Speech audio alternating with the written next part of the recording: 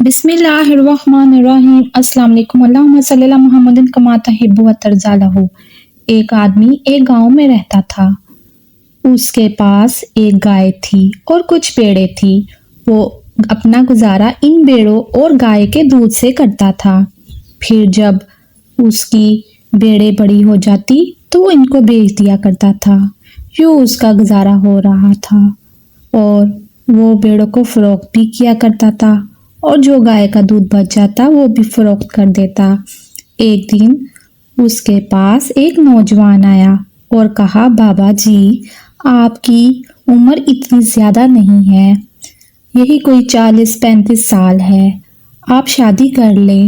میں آپ کو ایک رشتہ بتاتا ہوں جو کہ بہت ہی نیک ہے اور وہ دونوں میاں بیوی مل جل کر رہا کریں گے۔ تو یہ عبادت کرنے والے شخص نے ہاں بھر لی اور پھر ان دونوں کی شادی ہو گئی۔ اللہ والے زیادہ تر اپنا کام خود اپنے ہاتھوں سے کرتے تھے۔ ان کی بیوی ان کو منع کرتی مگر وہ کہتے، میں خود کام کروں گا، کیونکہ ہمارے نبی بھی کام خود کیا کرتے تھے۔ وہ اپنی زیادہ تر بیوی سے یہی کہتے کہ تم 5 وقت کی نماز پڑھا کرو۔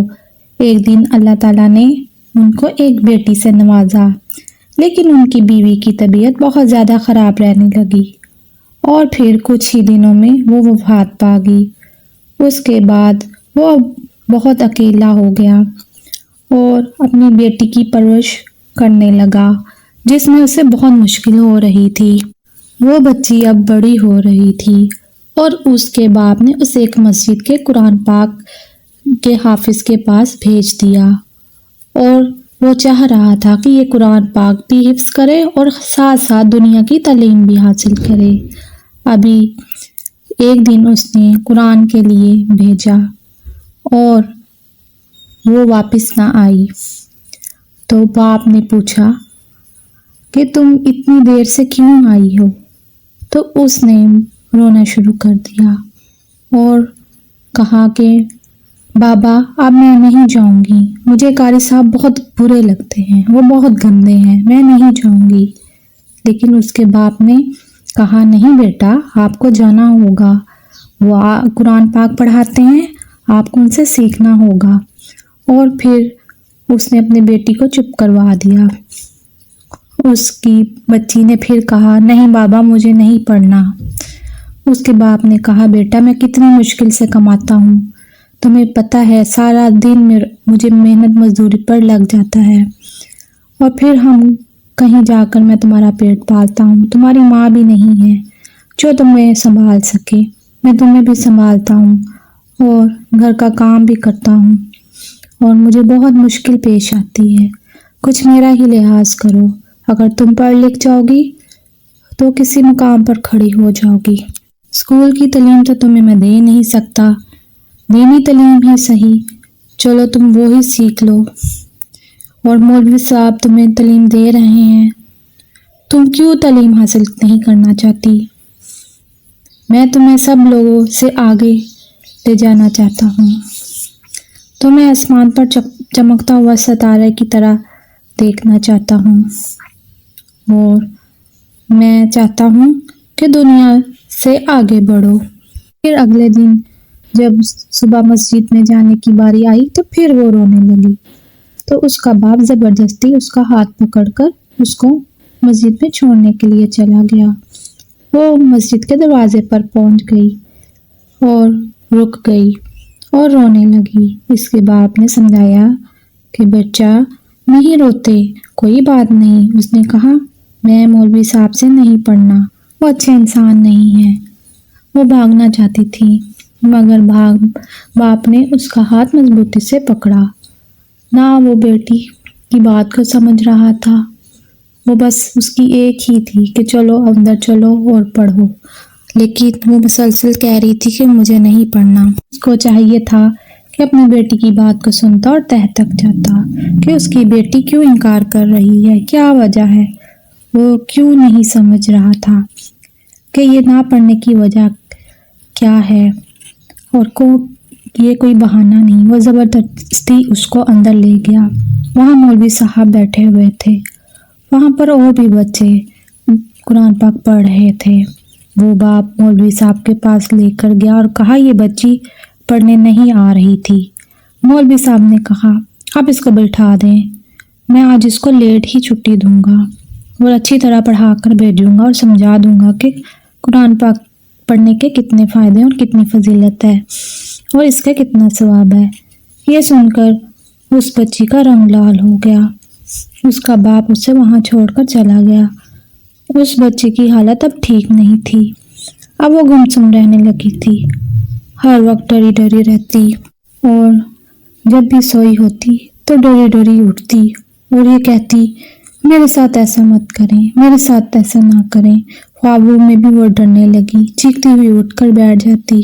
اس کا باپ سمجھ رہا تھا مولوی صاحب اس کو پڑھائی کی وجہ سے ڈانٹتے ہیں، اس وجہ سے وہ ایسا کر رہی ہے تاکہ اس کو مولوی سے ہٹا لیں، مگر وہ پھر بھی نہ سمجھ سکا کہ اس کی بیٹی ایسا کیوں کر رہی ہے۔ اس کو بالکل بھی سمجھ نہیں آ رہا تھا کہ اس کی بیٹی ایسے کیوں کر رہی ہے۔ ایک دفعہ ایسا ہوا کہ اس کی بیٹی پڑھنے گئی اور کافی دیر تک واپس ہی نہ آئی۔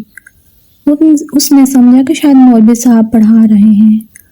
وہ بچی ہمیشہ گھر لیٹ آتی اور اس کا باپ اس سے اس لیے نہیں پوچھتا تھا کہ مولوی صاحب اس کو ڈانٹتے ہوں گے یا پڑھاتے ہوں گے، اس لیے یہ ایسا کرتی ہے۔ وہ ہر وقت نماز پڑھ کر سجدے میں اللہ سے یہی دعا کرتا رہتا، اللہ میری بچی کے دل میں قرآن پڑھنے کا شوق پیدا فرما دے۔ لیکن آج تو اس کی بچی واپس ہی نہ آئی، تو اس نے سوچا میں خود جا کر دیکھتا ہوں کہ میری بیٹی واپس کیوں نہیں آئی۔ وہ مسجد کی طرف چل پڑا۔ اس نے دیکھا ایک آدمی مسجد کے دروازے کو بند کر رہا ہے۔ اس نے اس شخص سے پوچھا تو اس شخص کا رنگ ہی اڑ گیا۔ وہ کہنے لگا ابھی آپ کی بیٹی گھر کے لیے نکلی ہے، کیا وہ ابھی تک گھر نہیں پہنچی؟ تو اس کے والد نے کہا نہیں، وہ گھر میں نہیں ہے، میں وہی تو پوچھنے کے لیے آیا ہوں، میری بچی ابھی تک گھر کیوں نہیں پہنچی؟ اس شخص کو بار بار پسینہ آ رہا تھا اور اس کا رنگ اڑے جا رہا تھا۔ اس نے کہا آپ مولوی صاحب کے گھر چلے جائیں اور وہاں جا کر پوچھ لیں۔ وہ مولوی صاحب کے گھر چلا گیا اور وہاں جا کر دروازے کو کھٹکھٹایا، مگر مولوی صاحب گھر پر نہ تھے۔ وہ اپنے گھر کی طرف چلا آیا اور دیکھا کہ اس کی بیٹی کی حالت بہت خراب ہے اور وہ لیٹی ہوئی سسکیاں لے رہی ہے۔ اس کے بال بکھرے پڑے تھے، چہرے پر کچھ نشان تھے۔ اس کے منہ سے صرف ایک ہی بات نکلی، بابا مولوی صاحب نے میرے ساتھ۔ اب اس کے باپ کو سمجھ آئی کہ میری بچی کے ساتھ کیا ہوا ہے۔ وہ بھی زور زور سے رونے لگا کہ بیٹی تو نے مجھے کیوں نہیں بتایا، تیرا باپ اور میں دونوں تھا، تم مجھے بتا دیتی، کیوں میں نہیں سمجھ پایا۔ پھر اس کی بیٹی نے اس کی بازوؤں میں ہی دم توڑ دیا اور اس کا باپ پاگلوں کی طرح رونے لگا۔ اس کے ارد گرد سارے جمع ہو گئے۔ اس کا باپ ہوش کھو چکا تھا، پورا گاؤں اکٹھا تھا، سب باتیں کر رہے تھے کہ کسی نے راستے میں بچی کے ساتھ غلط حرکت کی ہے جس کی وجہ سے وہ دم توڑ گئی ہے۔ اس کا باپ جب سنبھلا تو اس نے سب کو بتایا یہ کوئی اور نہیں اور میں جانتا ہوں وہ انسان کون ہے، میں اس کے انجام تک اسے ضرور پہنچاؤں گا۔ وہ بھیڑیا ہے جو لوگوں کے سامنے نیک انسان بنا ہوا ہے۔ پورا گاؤں اسے دیکھ رہا تھا اور حیرت میں تھا کہ وہ کون ہے تاکہ وہ اپنی اولاد کو بھی اس بھیڑیے سے بچا سکے۔ تو دوسری طرف سے مولوی صاحب کو آتے ہوئے دیکھا تو وہ زور سے چیخنے لگا اور اس کا گریبان پکڑ لیا۔ سب نے اس کو چھڑانے کی کوشش کی مگر اس بچی کے باپ نے کہا یہی وہ بھیڑیا ہے جس نے میری بچی کو زیادتی کا نشانہ بنایا اور پھر مرنے کے لیے چھوڑ دیا۔ اگر مجھے پتا ہوتا کہ یہ بھیڑیا ہے، درندہ ہے، تو میں کبھی بھی اپنی بیٹی کو اس کے پاس نہ بھیجتا۔ مولوی صاحب کو سب بہت ہی نیک سمجھتے تھے اور کبھی خواب میں بھی نہیں سوچ سکتے تھے کہ مولوی صاحب نے یہ سب کیا ہے۔ مولوی صاحب سوچ بھی نہیں سکتا تھا کہ میرا آج پول کھل جائے گا۔ وہ کہنے لگا میں تو اپنی طالب علم بچی کے جنازے کے پاس آیا تھا تاکہ میں اس کا جنازہ پڑھ سکوں، مجھے کیا پتا تھا تم لوگ مجھ پر الزام لگا دو گے۔ وہ کہنے لگا تو وہ تو بہت ہی اچھی بچی تھی، مجھے نہیں پتا تھا مجھ پر تم لوگ اتنے گھٹیا الزام لگاؤ گے۔